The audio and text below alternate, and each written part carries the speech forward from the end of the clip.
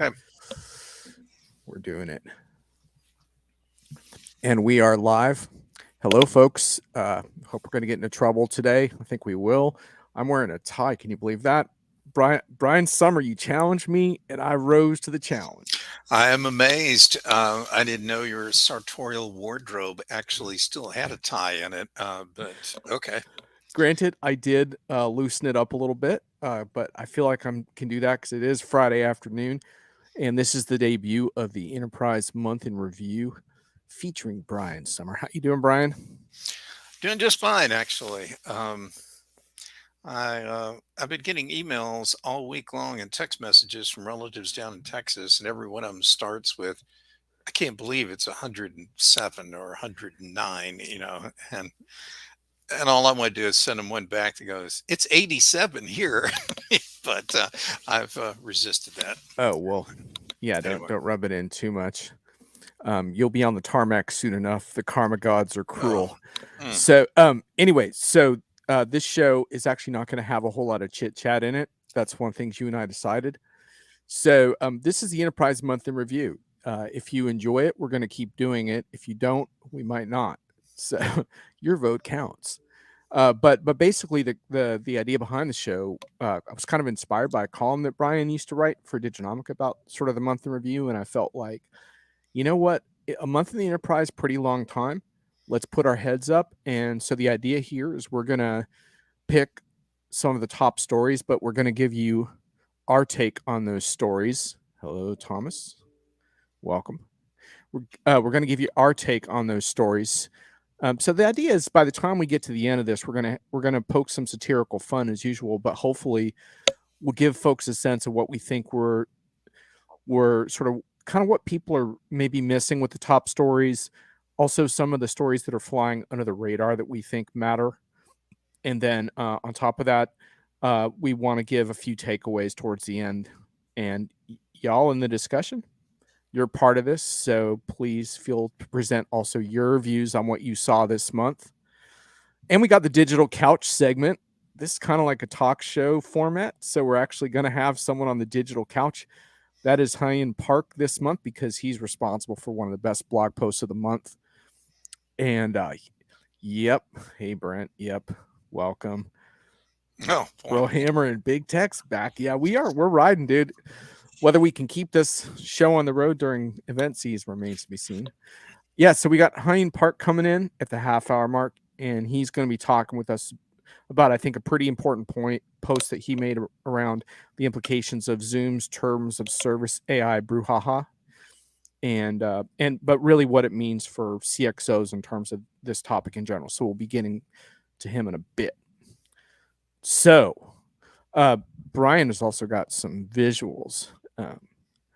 So I'm going to put that into the stream now. So this Brian, one's what do you got, man? Your model of the month. What's going on here? Well, I was going to have a picture of Kate Upton here, but I thought the model of the month might be something that we either see in one of the better, like management consulting mags, or in this case, this was inspired by something you told me, which is you've noticed how much someone's LinkedIn posting ebbs and flows based on their employment status. So we now have this model, scientific as it is. It shows the LinkedIn posting level on the left, and run across the bottom is the employment status, going from fully Ouch. employed to fully unemployed. And the ideal school solution answer is somewhere along that diagonal in the model. Anyway, this we hope will help people decode the activity they are or aren't seeing on LinkedIn. Yeah, thanks. Indeed. Thanks, Brent. And you're right. I think it's always it's important for someone who bills time to clients that you actually show up with some work, kind of ready to impress upon them. So yes, I do go everywhere with a deck on me. Anyway, so that's our model of the month. Use it with whatever care you want to go with. Yeah, and of course, I don't mean to insult prominent LinkedIn influencers in any way by implying that they don't have much to work on during the day or anything. I'm not saying that at all. I love LinkedIn completely. So anyway, um, so in a sec, Brian and I are gonna get to our top stories of the month. But before we do that, Brian, I think you have a couple other slides we got to get through.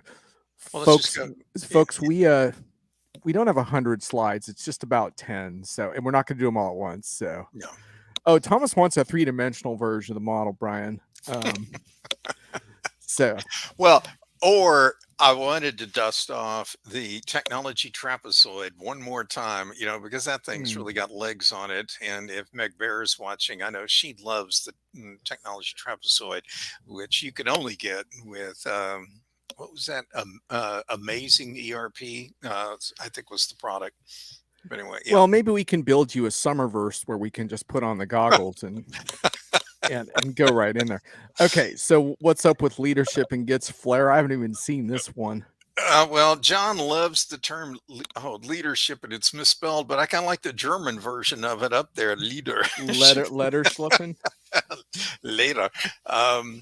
But John loves to talk about leadership, and you'll see him tweet that hashtag all the time out there on Twitter.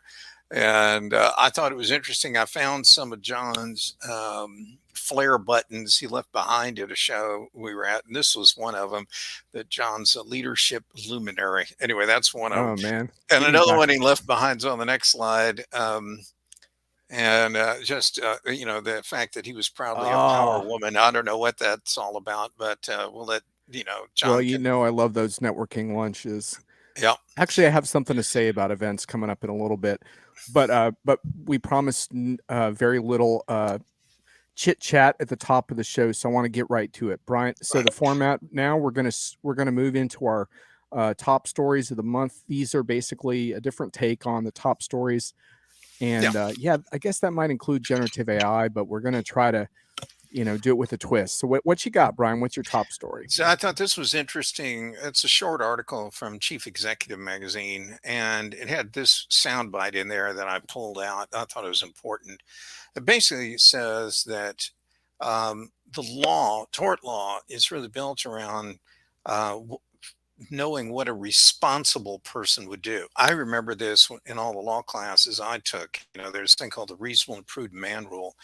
And what's interesting is in AI applications, if you could foresee something going hinky, then you're basically on the hook for it.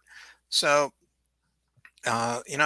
when we think about autonomous cars, we think about hiring utilities in applications in the HRMS world.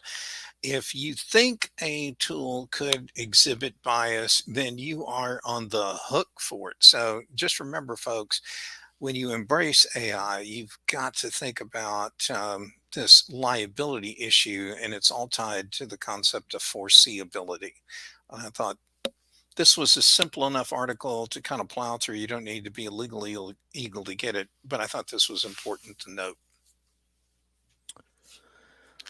Yeah, I have a similar one for my top story. It's actually one that Stuart wrote, and it, so basically, I've got two things for y'all in terms of generative AI, because obviously we can't get away from it. But I think what we can do is we can reframe it around what the important topics are. And one of the big themes basically is that we got a bunch of fall events teeing up, but there's actually no.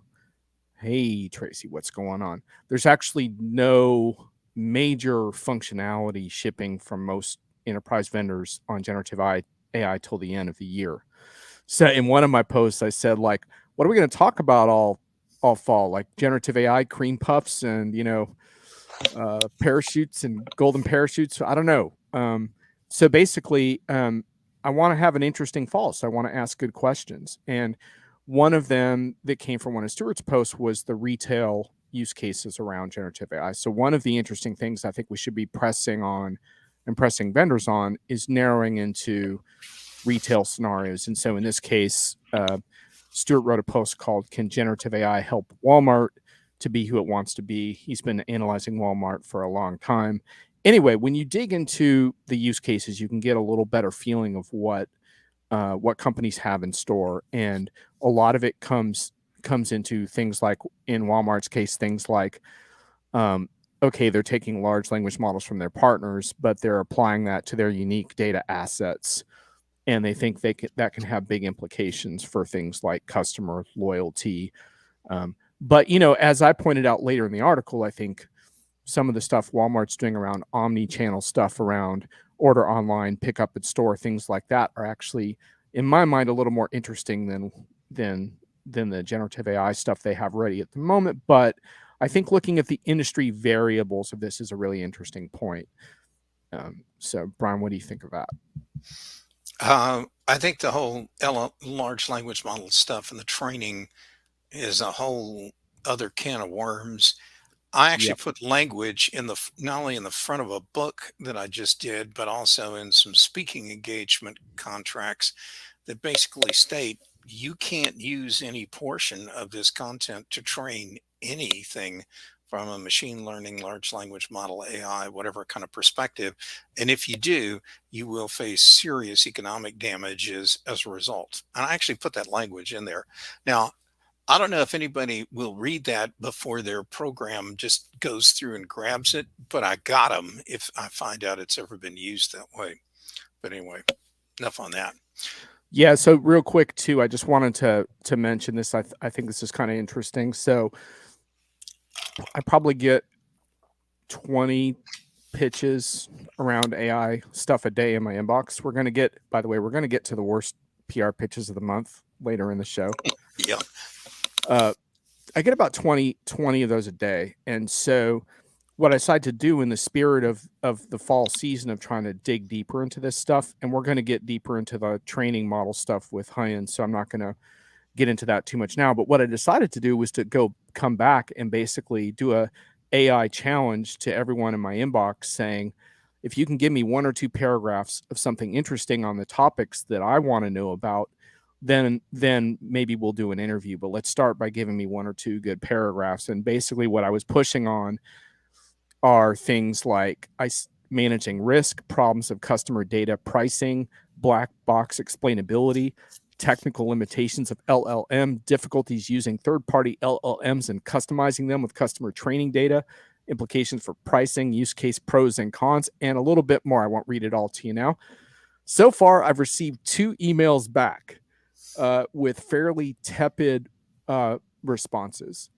Not very interesting. And so I think that's just an interesting thing. Like, now I know for a fact there are people inside of some of these vendors that have good content on this stuff. But I just wanted to point out that we're in a little bit of a tricky point where a lot of the stuff that we really need to know about next is vendors aren't really ready to engage on it yet. So that's going to be our challenge, is try to dig this stuff out, help each other figure it out. And then from there, we can really get into how generative AI can actually change work in the enterprise. So that's what I'm working on. I'll let you know if anyone ever responds. Brian, should we look at your next story? Sure. Okay. So sorry Wait, that AI. Oh, wait. Oh, yeah, AI. AI Right. is thirsty. Yeah. And sorry this got all wadded up. I had a number of articles for a deal in my briefcase, and something happened on the plane. But anyway, this is a Business Week piece, and it talks about an issue where we don't think about all the big data centers that corporations have and hyperscalers have with regard to the water they consume. Most people are focused on the electricity that's involved in running all the servers and heating and cooling. But the amount of water that gets consumed is quite massive. This is a soundbite out of that article that talks about how one for Meta in Spain is going to blow through 665 million liters of water a year.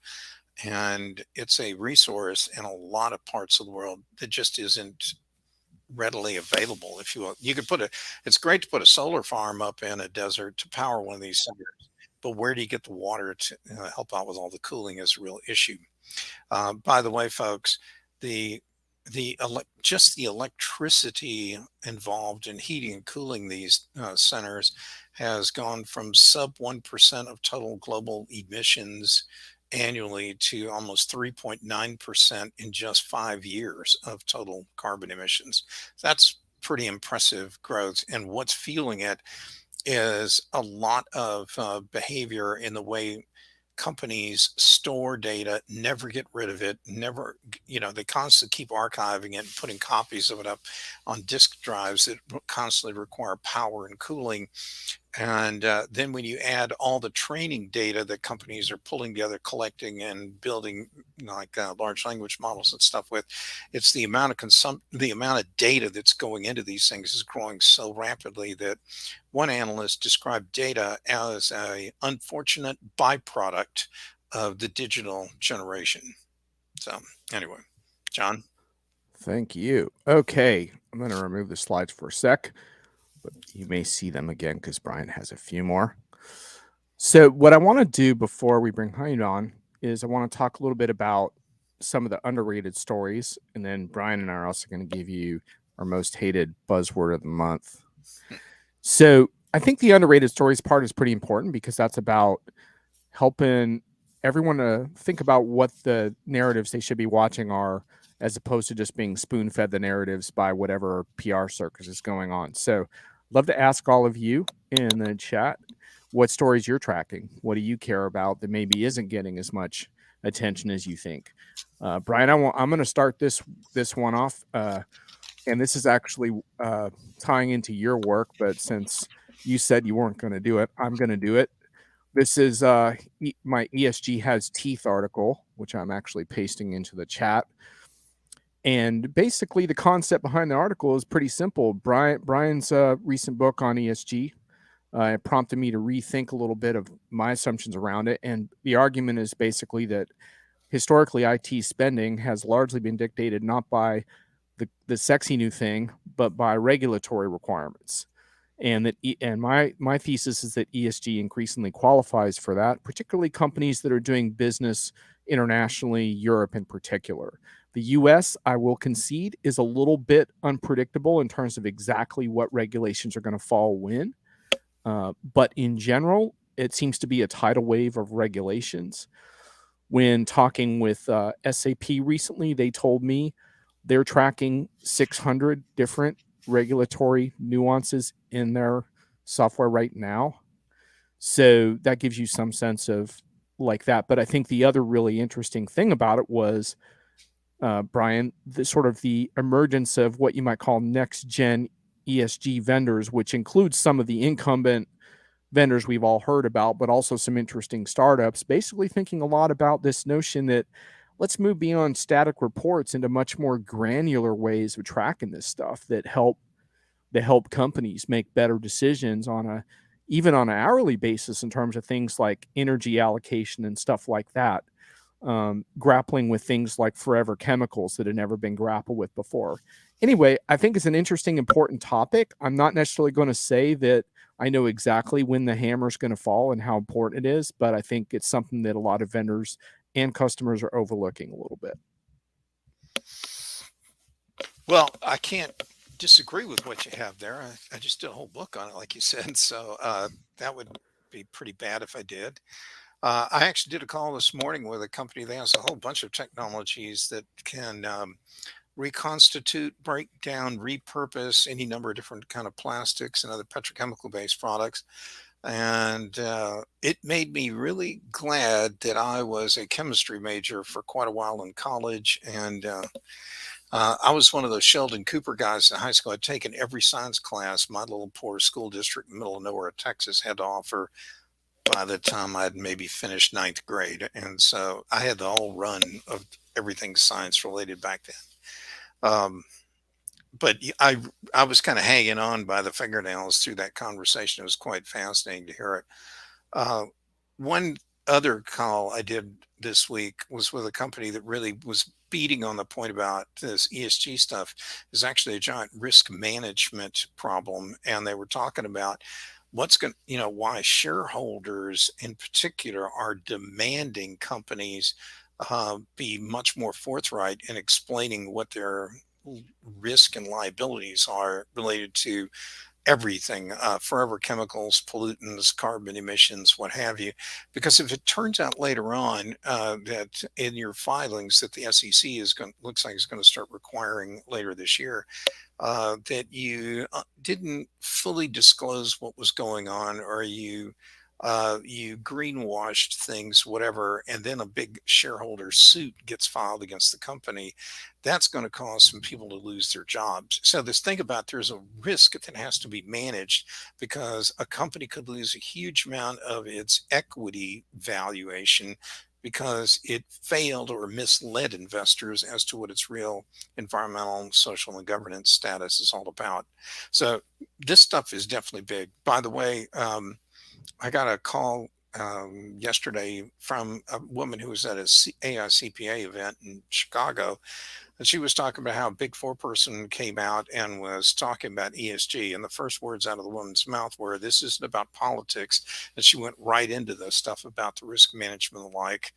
And uh, as she was telling me that, I was telling her about an interview I did with an individual who said, and I haven't been able to confirm this yet, that the big four are currently looking to hire around 100,000 people to put into their respective kind of ESG and CSR practices because they see this as possibly bigger than what Sarbanes-Oxley did to the audit and accounting industry. Yeah, and I just want to also mention, I think this is a classic example of an underrated storyline that people should take seriously. And the reason for that is even after publishing that piece, I got some pushback from someone on LinkedIn who was in my face around that ESG is a political hot potato right now. And I can give you an example from this spring where I was at a vendor where some of their prominent executives said, like, we're not going to talk about ESG very much publicly right now because it's like it's a hot potato, whatever. But then I do some digging and they're working pretty hard on it behind the scenes. Yeah. And not only that, but one of their customers went on stage just an hour later and thanked them for helping them with their ESG issues. So the point being that just because vendors are a little quiet on this publicly at times coming up doesn't mean that it doesn't matter and it isn't important. So this is a really great example of why we need to reframe narratives and not just assume that what's being talked about the most is necessarily the most important thing. So that's my thing on that. Brian, I got one more non-AI story I wanted to talk about. Do you have any non-AI stories you want to talk about, or let's see. We can pull your deck up and see if you have a non-AI one in I there. know I got that one's Oh, you got the people behind AI right there in the title. We'll get back to that one in a little bit. Oh, you got a paper forms one. Well, this was kind of interesting that I people using commercial tax software found out that their information was being leaked out because of some embedded code in the software. It was being leaked out to Google and Meta, and it could take on some other stuff. And anyway, I was just pointing that out. It's like pretty sad when you almost have to go revert back to paper forms because you can't even trust your tax preparation software not to pimp out your personal information to third parties. I really don't ever want to see an advertisement hit my computer screen and said, "Hey, we noticed that you just took a deduction for a brand new, company vehicle. By the way, would you like to buy a set of Michelin tires to go with it?" No, if I see that, I'll be joining that lawsuit to go after those folks who pimped out my information like that. Indeed. I have one more non-AI story, and it was interesting because it came to me when I was spending some time thinking about how in just a few weeks be back on the event trail, and I'm still pretty dissatisfied with the nature of event design and the missed opportunities. And I came across a really cool post. It's a guy named David Spinks, Spinks. He does a Substack newsletter, and he wrote a really cool thing I'm going to riff on called "How to Engineer Serendipity." So if you check out those keywords, you can find it. But basically, he's talking about this concept of, like, I started thinking about, like, what's cool about on the ground events. What's cool really is not, honestly, let's face it, most of the programming's not great. But what's great are the moments of serendipity, right? Running into someone after you got off a panel in the hallway, having this amazing conversation, seeing someone that read something that you wrote 10 years ago, seeing customers talking over lunch about things and making connections with each other that they hadn't made. Like those serendipitous moments are what redeem a lot of these events, as well as seeing old friends, of course. And so, but the interesting thing about this post is the concept that some of this can be actually designed so that instead of just hoping that serendipity happens because you bring everyone into the same environment, you actually create event structures that encourage it. And so that's going to be one of my next angles on creative event design is making it possible. And I've done some of this in smaller scale before, and it works very nicely. And part of it is this whole thing around like not assuming that everyone's going to mix perfectly. I mean, how many times have you gone to an event, gone to a networking event, found yourself at the wrong table? Trying to extract yourself from that conversation takes 15, 20, 30 minutes. Brian, it happens all the time, man. And I know when they stick me at the curmudgeons row table, that's the one I can't wait to get out of and go somewhere else. But anyway, go ahead. oh, hey, so anyway, I'm going to write about this. So anyway, it's just a thing around like that. I still think there's a lot of fresh thinking that can be applied to making events better. We have Thomas asking you, shouldn't they rather sue the tax companies? This is about your last article on the taxes. Yeah. I frankly, I don't care who they sue them all. So anyway. All right. Well, that's an inspirational tagline for Friday. Before we bring Mr. Park on, Brian, let's do our most hated buzzword of the month. Anyone in the chat, feel free to add your most hated buzzword of the month to our conversation. Oh wait, we got Melissa here. Were any of the serendipity creating topics relevant to in-person work where everyone seems to be looking for serendipity? Yes, I would say so, Melissa. It was structured around events, but yeah, I think you could use that in a work context. You would have to extrapolate it a little bit. Brian, I think you have your buzzwords here. Looks like more than one. Oh, I know. This was a column. I knew we were going to talk about. Was this all like in one column? Yeah, that's all that one thing there on the far right that Jim Collins had written, and but I thought, how can you have a post if somebody wants to post a comment, even to this, you need to say like, John, talk about your 20-mile march and be sure to fire bullets, then cannonballs. And whatever you do, John, practice productive paranoia because it's about clock building, not time telling. I mean, you get, every one of these little sound bites was like something that's just great fodder for really inane posts on Twitter or what have you. So I'm going to be taking this with me to all the fall software conferences and see if I can drop a few of these in tweets left and right.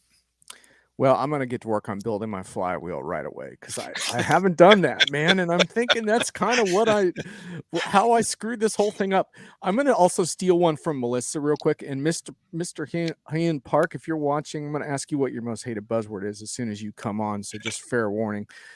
Melissa Swift, I stole from you reskilling, but then I saw this article that just drove me bananas on reskilling because it was like, oh my God, 30% of the workforce has to be reskilled because of AI or whatever. And I said, like, we have to define this term if we're going to throw it around like that, because I'm sorry, like what I said in my tweet was like learning how to use Grammarly is not reskilling. We got to define what reskilling is if we're going to use that word. So I'm going to write about that in this week's Hits and Misses, because I'm going to propose that reskilling means that you actually have to miss work to get the skills you need. If you can just throw something on the computer screen, how can you in good conscience call that reskilling? That's just media angst. Okay, it's time for the digital couch. We actually did it on time. I really wish we had like intro music and stuff, but the problem is like music rights are like really expensive and stuff. But welcome, Mr. Hyoun Park. How you doing? Howdy, doing good. How are y'all? Howdy, that's my line. Hey, I grew up in Tennessee. I use howdy as well. Yeah, Melissa, sorry I took your stuff, man. That was pretty shameless. If you guys want to see more on Melissa, check out the replay of last week's episode. Okay, so yeah, fear mongering, indeed. Yes, Tracy. All right, we got all kinds of comments flowing in, but I'm going to hold on those for a sec because, in the old days, you used to get great blog posts all the time. Now, outside of Diginomica, sorry for the plug, I don't see as many as I would like, but I sure did this month. Mr. Park over at Amalgam Insights I think he posted a genuine must read in responses to Zoom. Basically, Zoom is really good about like getting ahead of the curve and tripping over itself with a really important topic. But the thing I really liked about your post, which you since did update because obviously this is kind of a moving target. Yes. You from the beginning, you kind of anticipated that this issue was not just a Zoom issue, but a much broader issue that was going to face pretty much every customer and pretty much every vendor that they work with. So can you tell us just a little bit about kind of why you jumped on this story and kind of why you thought it was important?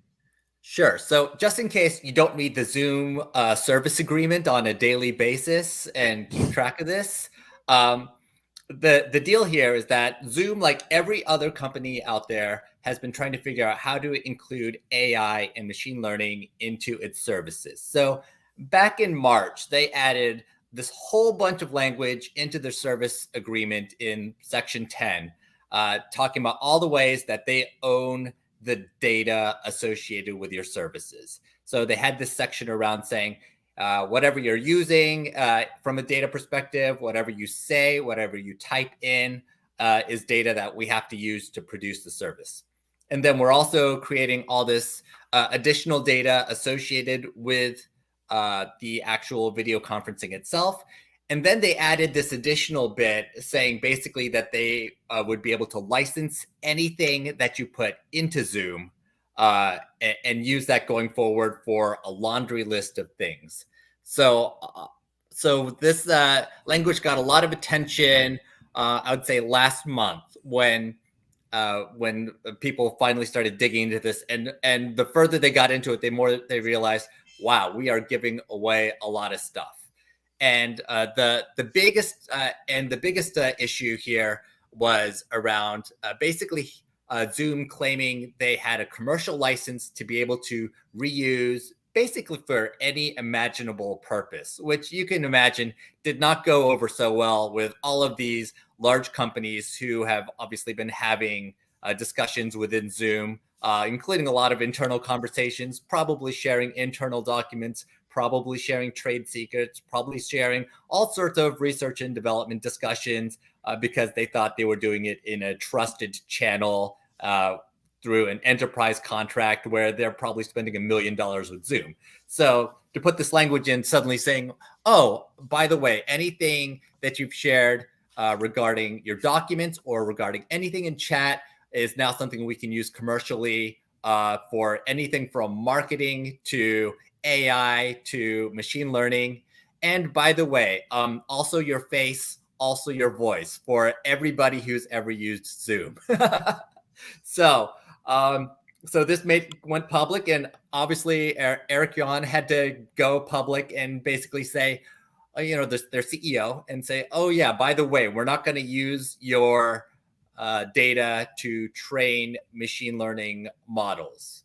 But then there's still all of this other language talking about how they own your data, how they can license your data, how they can have a commercial license to do whatever they want with your data otherwise. And they took a little while to change that language. So after this brouhaha went public, there was about a couple weeks here where honestly, all of us who cared about this kind of language had to try to figure out, well, what is Zoom really going to have access to? And how does this compare to the likes of Microsoft Teams or anybody else who's providing conferencing language? So in this blog, I looked into Zoom's language and found it was a little bit intrusive compared to other companies such as, even Microsoft and Google, which have their own products. And, we're doing this on LinkedIn, et cetera, et cetera. All sorts of different video conferencing and video streaming solutions. They mostly have the same types of language talking about how customer data belongs to the customer and the provider has a very limited use right associated just with providing video services and going no further. Zoom definitely crossed a line in trying to cover their butts because some overactive lawyer decided they had to prove how much they were worth by adding all of this additional language about how data and outputs could be used. And the thing is, this is not an issue that is going to be specific to Zoom. Now the problem we've got we've got generative AI. Everybody thinks they're going to have some sort of special AI, some sort of special model, and now they have to change their software terms to some extent to be able to do AI rather than the traditional data and analytics use cases that they've been supporting. Now we're going to be in the Wild West for a little while, dealing with all these legal terms and changes, and then the blowback, and then the response. This really reflects some of Brian's headlines that he shared earlier today. This is just going to be a continuation of that discussion, and so it's really interesting to watch just how AI is now changing our view of software, what we have to look at from a contractual perspective, and what we're going to have to be really keeping our eyes on, on how our data is used and where we're using our data. And it's not like we were doing a great job before as end users of protecting our data and keeping ourselves safe in the light of everything security related. Now it just gets even more complicated. Can I just add to that too? One other interesting aspect is I talked to a vendor this week, a large vendor, who said that they're going to be able to aggregate some valuable anonymized data through their current terms of service. And that flagged me a little bit also, because vendors are going to try to do this on a opt-out rather than opt-in basis, right? Because they would much prefer to have a few people opt out than have to get everyone to opt in. But the problem that I see is that even if your existing terms of service covers you from a legal perspective, you are raising a whole different kind of discussion when you're talking about training data sets on this type of information.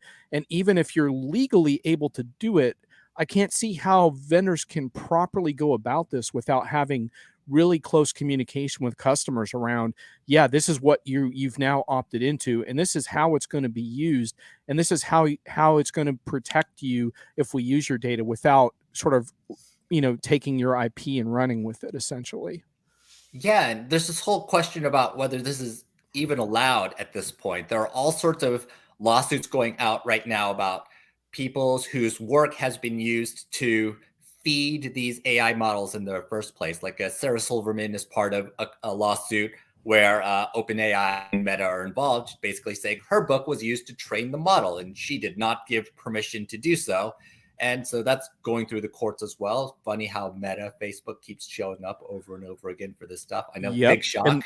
And there's a Ars Technica article that came out recently about how the New York Times is contemplating a lawsuit against ChatGPT, and one end result could be ChatGPT having to erase its data and start over. Not that Right. will happen, but this is kind of high stakes stuff. Brian, you got any questions for our digital couch guest? I was just going to say, after all these years, I still don't have a Facebook account. I had never have had one, and I was turned off initially by the original terms of service said that they owned all this information about my personal stuff and my content. And Brian doesn't play that game. And if any of these litigants happen to be watching the call and they want an expert witness for a case, call me. I'll be happy to work on that trial. But Brian, the problem though is that you can't. The way this is playing out, just avoiding certain black hat companies is not going to be that easy. I think there's going to be a real blurring of the lines here, where it's actually incredibly. You know what I mean? Like obviously there are certain companies where it's going to be like, ooh, like maybe I'll decide this, maybe I'll decide that Zoom is really crossing the line more than the others, and I'll standardize on, Google or Teams or something. But in a lot of cases, I think it's going to be very confusing for companies to figure out who is actually doing this in a way that has integrity and who to avoid. I mean, that's going to be not going to be an easy thing to do. I actually think until you see some very strong regulation come in place that basically requires companies to assume that all information is private, and they have to get explicit permission to use something publicly, and that doesn't allow them to sell it and resell it. I remember a case back at home many years ago where a fellow running for the local see the chief of police or sheriff's department, whatever, somebody at the local mom and pop home video store released a list of the movies he'd rented, and let's just say some of them weren't exactly high on the Law and Order list, and it cost him the election. Question was it legal? I doubt it. Did he have an expectation of privacy? Probably, but the rules weren't well known, 20 odd years ago. And today, I think we have even less clarity about what the rules really are. So I think you're right, John. Going at this one company at a time is not going to work. It's going to have to be something more systemic to make it stick. Unfortunately, none of us have the lobbying funds and resources that some of the companies you're talking about have. Yeah, right. I mean, I think we could probably dedicate a couple of shows to this. One would be looking at the consumer implications of this for individuals, and one from a more enterprise perspective, because to your point, enterprises do have more resources to throw at these problems. But since we are Enterprise Month in Review, we will stick to the enterprise side of this and ask Hyoun, what was your advice and what is your advice for the sort of CXO contingent, CIOs, et cetera, on how they should be thinking about these issues? Yeah, there's a few different things. One is pretty straightforward, that you've got to check your software customer agreements closely right now. This is the time to go through them with a fine-tooth comb and see if any of them have been changed in the last 6 months, because most likely, if they have, the change is going to be something around AI and using customer data, or using some sort of real-time data, or some sort of transactional data to try to better understand the customer, or to provide summaries, or to provide transcripts. All the stuff that they're providing that is more, quote, customer friendly, comes because they are somehow feeding your data in, and to create some sort of intelligent service. So it's really important to see what rights you're able to maintain as you do that. And you have to start figuring out from the customer side or the employee side, what are end users really allowed to put into applications? Do you really have that single source of truth and that golden record in that app, in every application that you've traditionally done it at? Or do you need to start picking certain applications that really are your golden record, because now we can't trust certain ones based on their agreements or their specific changes? That's going to be a real pain to support, quite frankly. But I think one other issue that comes up is simply around protecting our data, that we have to take put more effort into figuring out where our trusted data goes in the first place. For instance, a lot of AI models are simply scraping the web right now. So we need to do little things like making sure we've got that robots.txt page file on our web page. This is something you just put on inside of your folder, basically saying what can and can't scrape data off of your website. It's something your webmaster should be aware of. And just little things like that, of understanding where your data is being pulled into AI models, and making sure that doesn't happen, frankly, for most of it, because we don't want that to be happening without our agreement. So I've been telling clients for years, I'm just going to piggyback on Hyoun's point here, that when you read the contracts, I actually ask clients to demand that vendors give you all contracts in paper. There can be no embedded URLs. And that's because they can unilaterally change the URL any day, any moment, and you have no visibility to the change unless you proactively go back and look at it yourself. So make it all in paper. That's number one. Number two is is that you will not accept any contract that's greater than, say, 100 pages. Because frankly, folks, if you can't distill what the license is all about, or subscription, in under 100 pages, you don't know what the hell even you're selling. And certainly a customer can't either. My point being that you have economic power as a buyer of enterprise software before you do the deal. And so you need to assert that power then, because you're never going to get it once the software is installed.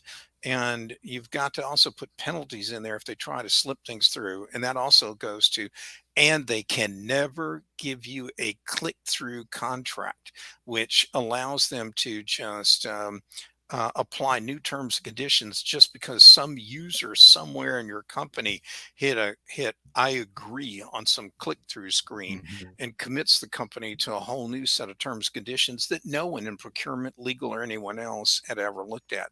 So yeah, this is just a screw up of in great proportion, and unfortunately it gets little attention because a lot of people are just so eager to finally get a contract or whatever, a relationship with the vendor done, that they tend to gloss over all this other stuff thinking legal's going to handle it. No, you need to own this problem and own it from start to finish. Yeah, and we can flip that around too and say that vendors that come with more simple, understandable agreements and engage with customers transparently on this are going to have, I think, an advantage in the market. Mhm. Real quick, just catching up on some comments. Um, Tracy talks about dropping the overreachers. This is where our power is. On the Yep. consumer side, Tracy also talking about reading the terms and agreements before clicking that little box, which Hmm. ties into Brent Leary's post around terms of service dr, tosdr.org, where you can put these agreements through an AI generator. And by the way, I think AI might actually be helpful in that regard at some point. There, I'm sure there will be AI services that crunch these agreements and redline problematic passages. So let's sick AI on AI. I'll throw that out there.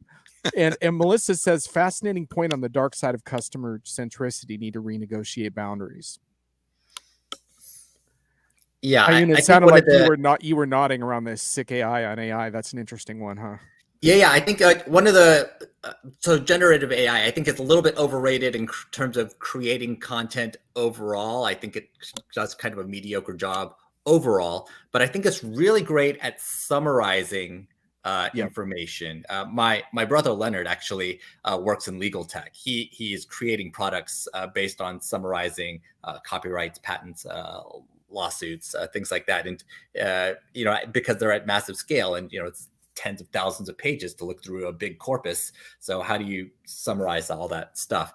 And so we talk about this stuff on the back end, and it turns out that generative AI is a great way of being able to funnel, call it thousands of words, and then figure out what is the 300-word summary that really matters, or what are the actual terms that matter the most based on how you model your prompt to look for specific terms and conditions within the massive document. Indeed. So I wrote a post about SAP's AI strategy and my commentary on that. But within that post, uh, I talked about, and I want to ask the two of you about what you think on your questions. So what I said is, readers may rightly ask that given most generative AI functionality won't debut in general availability until end of the year, what the heck are we going to talk about during fall event season? AI powder puffs and marketing confections? My personal goal is to dig much further into the specifics, and I listed a bunch of questions that vendors have provided very unsatisfying answers to up until this point. The questions include things like, how will vendors train their LLMs? Will they use third-party LLMs? How will customer data be protected if it's used by a third party? Will customers embrace the use of their data in aggregated fashion via the existing terms of service, which we just covered? Will Mhm. vendors try to pull a Zoom and adjust their terms of service on the fly, which we covered? How will explainability, one of the most important missing pieces in AI so far, be improved? How will AI systems not only minimize their own biases, but be used to challenge human bias patterns inside of companies? I'm putting vendors on notice. I'm going to be asking these questions. I hope you are ready. I hope you have fun, because I'm not going to put up with, oh, we can't answer those questions anymore. This fall is when I want those questions answered. So, hello. Do you guys have other questions like that on your minds? Yeah, I just think of this from kind of a technical perspective first. So when somebody says, I've got a generative AI solution, there's four layers that I think of. The top layer is around kind of prompt management, custom prompting, where you're just helping the user to figure out how to ask the question, maybe adding a little bit of detail so that you get a better answer.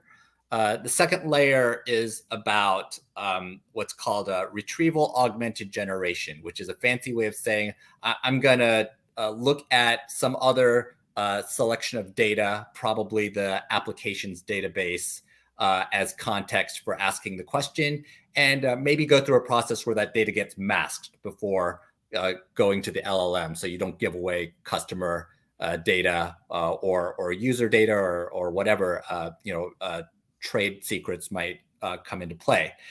So does that even happen? That's kind of a second layer of where to dig into. The third layer of digging in is actually going into the model itself and starting to fine tune some of the assumptions that go in from an algorithmic and mathematical perspective. And then the fourth is actually creating your own LLMs from scratch, which like Bloomberg has done, but not many other companies have done to this point. So there's like these different layers that I'm looking at and trying to figure out which one of these is the software company really doing, and then kind of digging in and figuring out, and then based on that, what are the governance questions that come into play at each level. But this is a nuanced discussion, and right now, it just feels like everybody's throwing crap against the wall and calling it AI, superpowers, magic.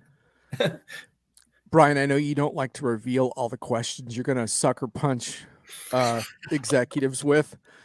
Yeah. The element of surprise is part of your shtick. We know that. But do you want to put them on notice with anything now they should be getting ready for? So I listened carefully to these AI pitches, and I'm trying to figure out, is this something that's going to be run on a private AI kind of data set and remain as such, or is it going to be on the public side?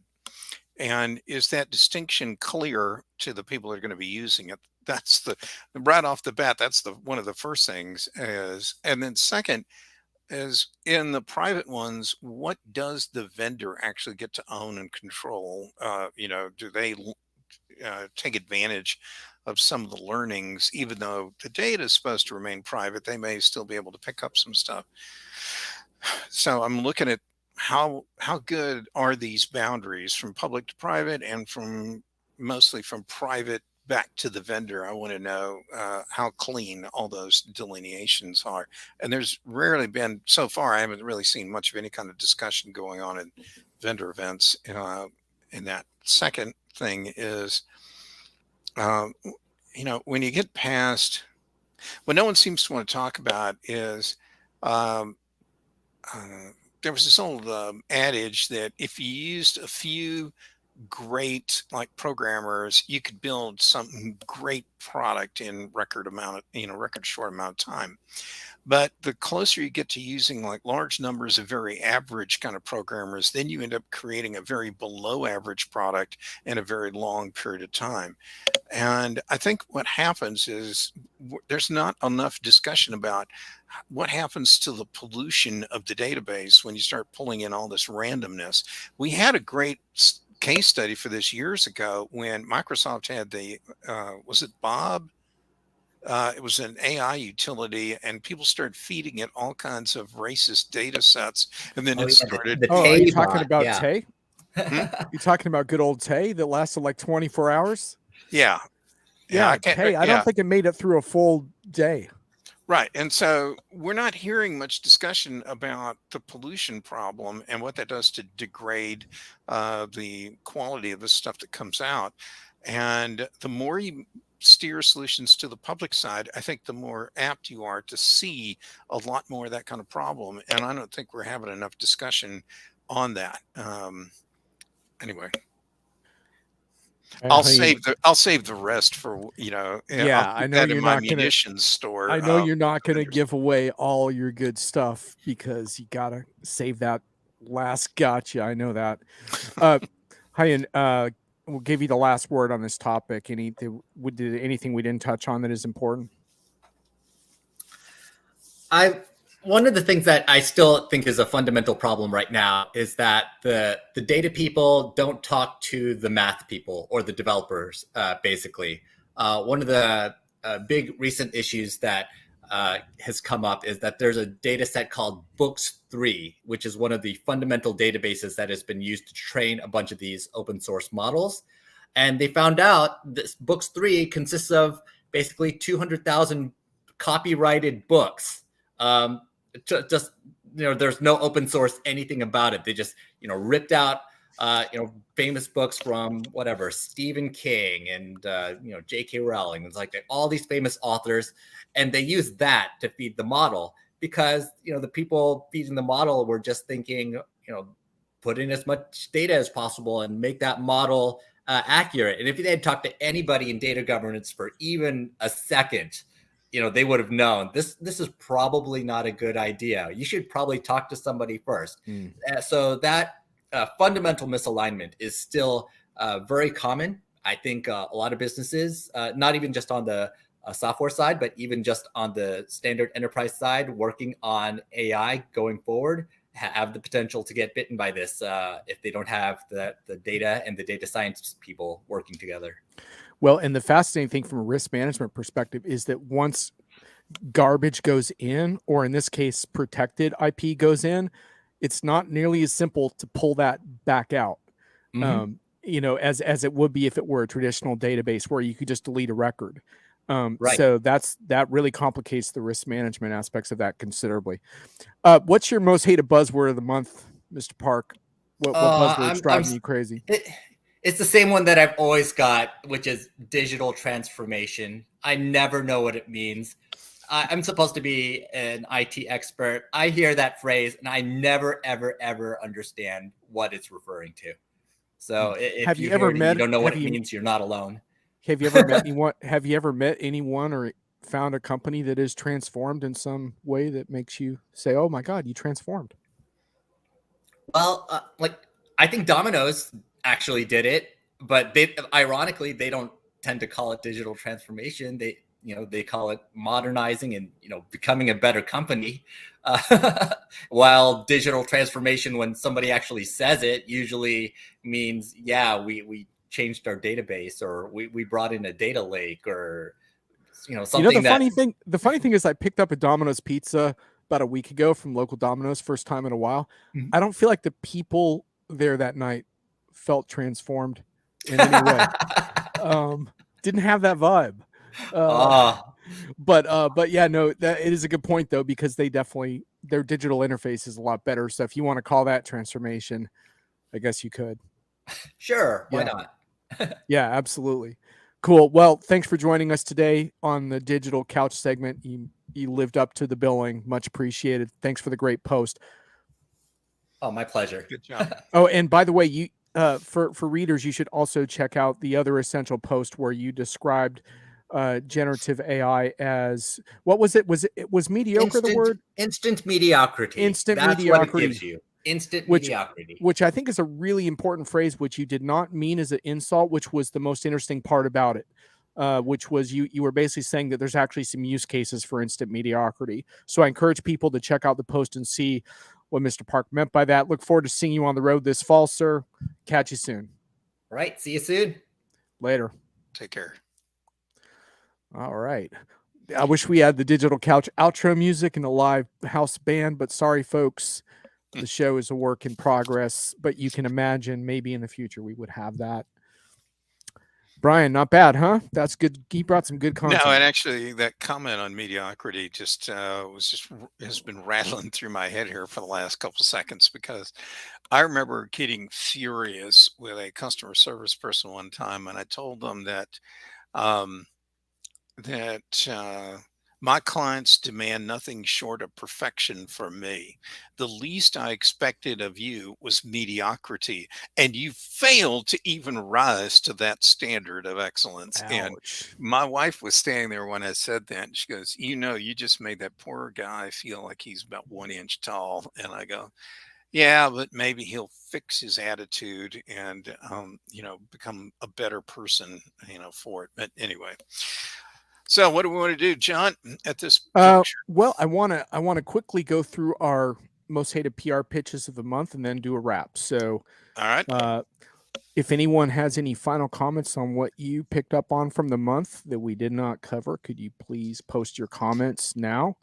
I'm going to pull your slides back up, Brian, because I think you have your most hated PR pitch. That's was this the one?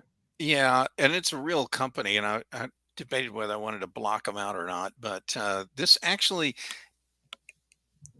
when I saw this, the company's actually AI guest post, and I thought when I saw this that they're using AI to write guest posts for people's blogs, but no, they're actually human beings writing it. So I don't know what the AI part of it is, but the fact that I can't figure it out tells me it failed. So anyway, that's all that one was.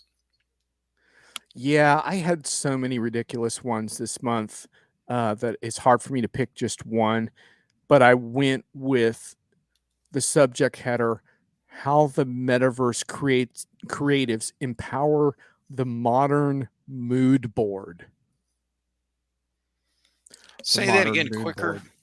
Uh, How the metaverse creatives, in other words, creative types, empower the modern mood board. Mood board. So Okay. anyway, while we've been prattling on around the implications of generative AI, the metaverse is making major strides with the modern mood board. Well, while Don't know what everyone to tell you, ponders man. that, there was this Fast Company piece that said last April, the Coca-Cola company issued a triumphant press release announcing that it had introduced a soft drink in the metaverse.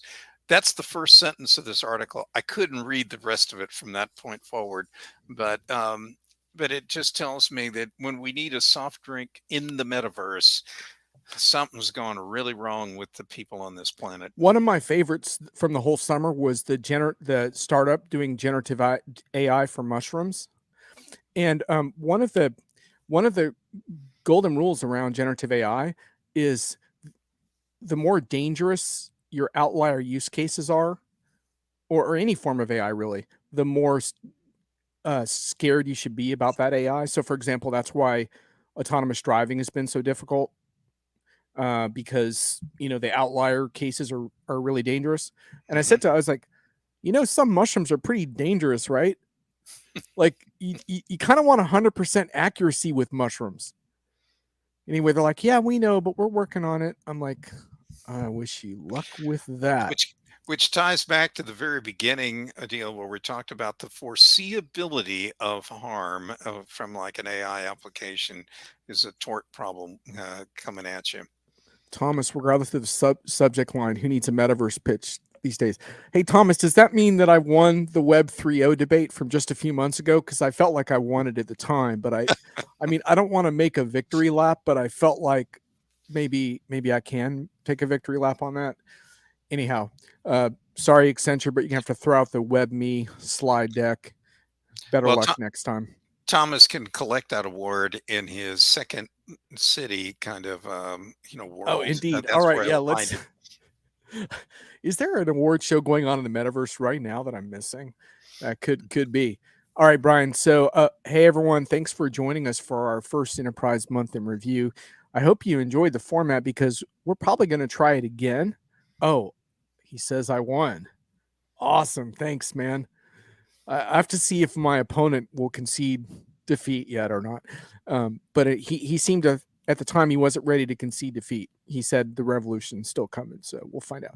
But anyhow, so what we want to do is just basically refine this format each month. If you like it, let us know, because we'll keep doing it. In some cases, I might even pull like a guest from the audience, which could be a fun way to kind of have a very organic conversation. So we'll see about that. Brian, just want to talk about the takeaways for the month. One thing that we didn't get into this time, which I think is still percolating a lot, is the future of work. Zoom put their foot in it again by, reinstating mandatory office hours, which I thought was very ironic from a remote work innovator. But in general, I think the future of so-called flexible work is really under fire versus sort of the command and control, office centralization trend and rationalizing real estate. I think the future work is fascinating around that topic, and that's not like a monthly story. That's going to be a story for the year. I think is kind of how companies figure that out. Which ones innovate around it, which ones go back to square one and start over, do it the way they always did. So that's a good one. I think we had a lot of AI stuff, so we covered that. Anything else? I have several different folders laid out here of things we could have gone with today.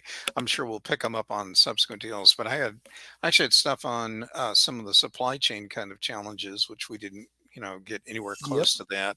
The HR one is actually quite fascinating because I think much of the discussion is really around like return to office or, or what have you, or work from home, need to always be, excuse me, looked at the context of what else is going on. And right now, we're seeing a bit of a resurgence of COVID. And so I don't really care what somebody's, uh, particular opinions are. If we end up going back a little bit more pandemic like, that may change the dynamic of this.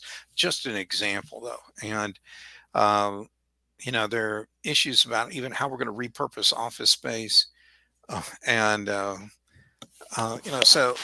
what else do I have here? The future work also, what was interesting is I got a whole different world view and perspective of things when I was in India earlier this month at a big HR show there. So things are a bit locational, they are situational, they are driven by public health and other kind of issues. I think we're going to be talking about this the rest of our natural lives as more change continues to enter the dialogue. Anyway, Indeed. Thomas raises, didn't hear much about digital transformation recently. How about that? Yeah, well, we just kind of made fun of it. But yeah, I think that's an interesting sort of ongoing thing because I think AI has kind of obscured the digital transformation conversation for the moment. And cybersecurity, indeed, another topic we could probably return to more adequately in the future. And I agree with your supply chain one. We should probably hit on that next time. and one I would throw out there is there's been some interesting discussion going on about the future of manufacturing, and we're seeing more interest in reshoring things back to North America and maybe out of countries like China.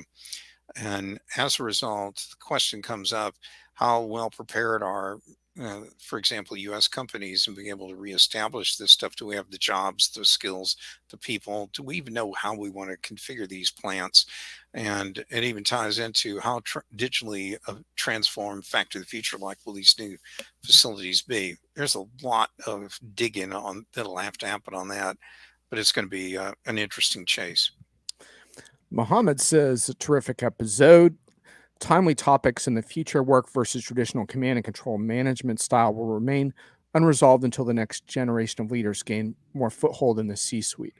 I don't think you're wrong about that, Mohammed. But the one thing I would say, and what I'm hoping for, is I'm hoping that companies really try to differentiate around this topic, instead of everyone sort of going back to the rigid office policies. Because I'd like to see some open competition for different approaches to talent and different approaches to work. In fact, we had a talent question earlier that we didn't get to.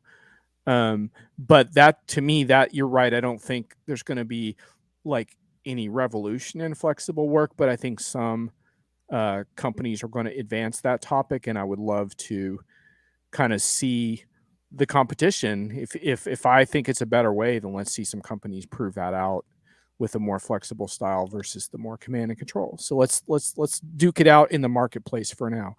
Oh, and Thomas said earlier, who reskills their workforce? They rather fire, do not find skilled people, and then complain about the talent shortage. Well, Brian, we've got a bunch of HR tech shows coming up, so I have a hunch we're going to be revisiting those topics as well. So, And shy bashful me, I'll probably not ask the tough kind of questions in that regard, to the executives. oh no, I'm sure you will be. I'll be just hanging back. Yeah, give us a softball, please. Oh yeah, have Brian Sommer ask the next question. Yeah. Give us a softball. Yeah. I am a little kinder and gentler than I used to be, but yeah, I'm still going to come. I really want to see HR vendors, in particular, tackle some of the problems they keep avoiding year after year after year. Like when you're going to go help companies actually deal with psychopathic bosses, and they never want to touch that because that's their customer, and they don't want to bite the hand that feeds them. It's a bad way to go, though. From a coverage standpoint, in just about less than a week, Google Cloud Next kicks off. We'll have someone on the ground there. And then in just a couple weeks after that, Dreamforce kicks off the fall event season in earnest. So you can count on Tarmac twins here to come out there. And I'll be at OC Tanner, Ceridian, Oracle. I may walk into SuccessFactors. I think you're covering SuccessFactors though, and I will be there. We'll there's both be a work day. I think there's a lot of stuff Yep. going on. Yep. So anyhow, thanks all for joining. Bring your saltiest commentary. We'll try to do it again in about a month. Hope you liked it. See you next time. Take care, buddy. Later.